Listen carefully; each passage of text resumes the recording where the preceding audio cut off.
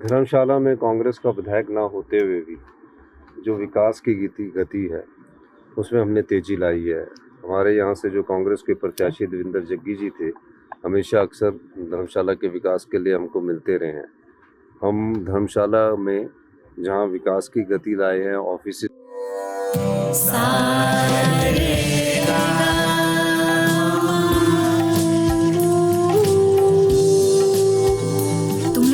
होना चाहिए कि साथ पढ़ने, उठने, बैठने, खेलने या साथ में गाना सीखने से HIV नहीं फैलता। इसलिए HIV स्टेटस के कारण भेदभाव अब नहीं चलेगा। आपके HIV स्टेटस के कारण कोई भी भेदभाव करता है तो इसकी शिकायत राज्य के ओम्बुड्समैन के पास दर्ज करें, क्योंकि HIV स्टेटस के कारण भेदभाव अब नहीं चलेगा।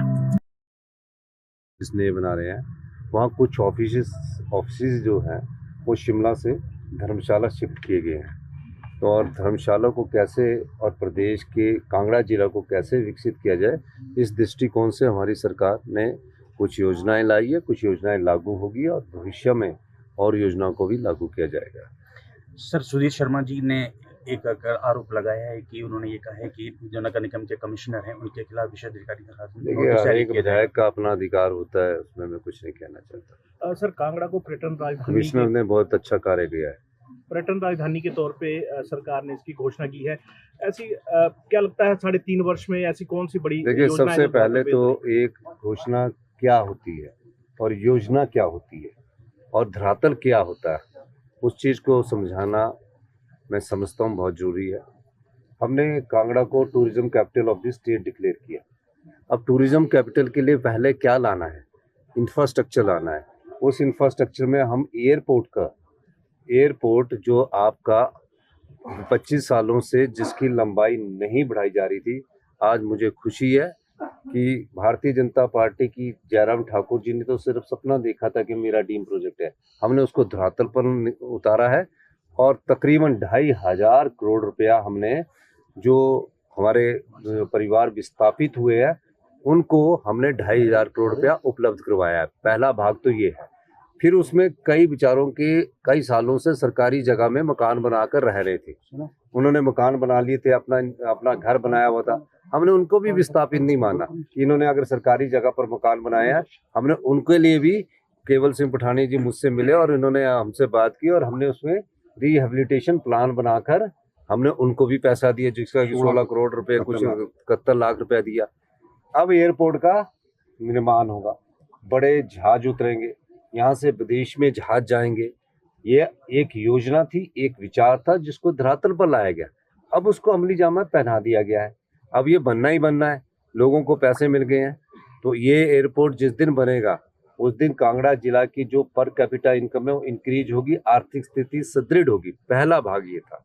दूसरा था कि हेलीपोर्ट्स बनाया जाए। धर्मशाला पालमपुर को चंडीगढ़ से डायरेक्ट है, जिस प्रकार वोल्वो बस चलती है उस प्रकार की टैक्सी सुविधा हेलीकॉप्टर के माध्यम से दी जाए। तो वो पालमपुर का हमारा जो हेलीपोर्ट है वो बनकर तैयार हो गया। अब पालमपुर से चंडीगढ़ कोई गाड़ी लेकर जाएगा तो 4-5 घंटे लगेंगे। उतने ही किराए में अगर कोई टैक्सी हेलीकॉप्टर में चंडीगढ़ जाएगा तो उसको सस्ता होगा। तो ये पहले किसी ने सोचा था इस बारे में सोचकर इसको आगे बढ़ाया गया। दूसरा, जब पर्यटक आए तो कैसे रुके, तो बनखंडी में 650 करोड़ की लागत से इंटरनेशनल स्टैंडर्ड का जू बनाया जा रहा है। साउथ अफ्रीकन गवर्नमेंट से हमारी बात हुई है, हमारे एम्बेसडर से बात हुई, मुझे मिले हैं, वहाँ से जानवर लाने हैं ताकि एक दिन बच्चों को हम उसके बारे में ज्ञान ले सके, अपने बच्चों को घुमा सके ताकि टूरिज्म आए।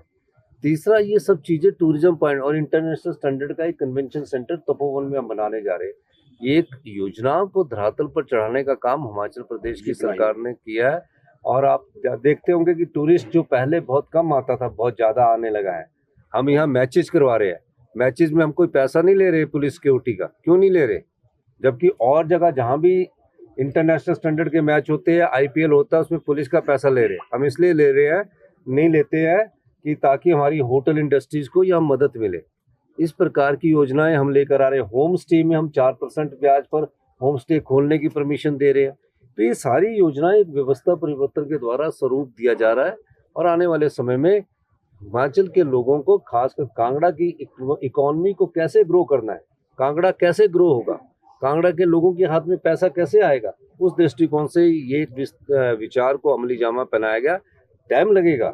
अब शिक्षा क्षेत्र में बदलाव है, हेल्थ सेक्टर में बदलाव है, तो सब चीजों में प्रदेश सरकार बदलाव कर रही है।